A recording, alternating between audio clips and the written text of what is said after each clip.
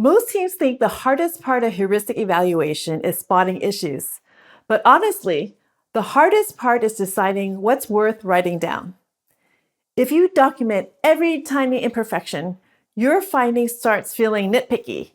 And once that happens, the evaluation becomes exhausting to read and less likely to drive change. So before we talk about formats like spreadsheets, workbooks, and slides, I want to zoom in on what really matters, the core elements that make a heuristic evaluation useful in the first place. And the first one is the finding itself.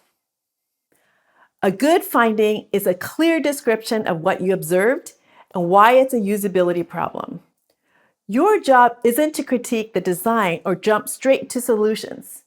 It's to describe what happened and explain why it creates confusion or risks for users. For example, a weak version might say, a spinning indicator does not give sufficient status. That's an opinion, but it doesn't explain the situation or the impact.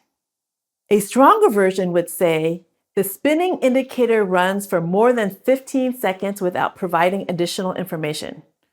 For longer processes, users need clearer feedback, such as a progress bar, to understand what's happening. This violates visibility of system status. Now we have context, we have impact, and we've tied it back to the heuristic. Here's a key insight I want you to remember. A useful heuristic evaluation isn't the one with the most findings. It's the one with the most meaningful findings. So when you're documenting issues, focus on the problems that have the greatest impact on the user experience. Don't force yourself to capture every minor annoyance. Those small stuff lists can weaken your evaluation because they dilute the most important problems. Let me show you what I mean with a simple example. Imagine I'm looking at the familydoctor.org website, and I'm focusing on the heuristic, aesthetic, and minimalist design. I noticed 3 potential issues. 1, showing both created by and reviewed by feels excessive. 2, a generic icon next to the reviewed by name doesn't add meaningful value. And 3, the headings are disproportionately large and wrap awkwardly, which makes them harder to read. Now, the question isn't whether these are issues. The question is, which ones are worth documenting? In this case, I would prioritize heading size because it directly affects scannability.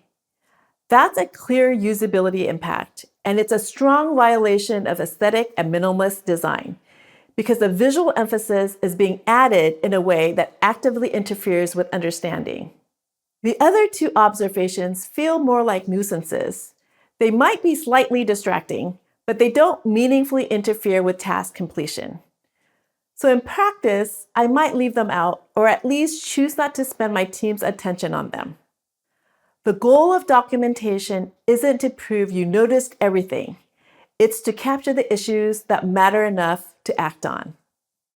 Thank you for joining this preview of Heuristic Evaluations, How to Plan, Conduct, and Report Results, our self-paced course that walks you through what heuristic evaluations are and how they can help you uncover design flaws. This is a comprehensive, step-by-step class that covers the full process, from planning the evaluation to running it effectively and documenting and communicating results your team can act on. You'll learn a practical approach for running heuristic evaluations so you and your team can make informed decisions in a collaborative and efficient way.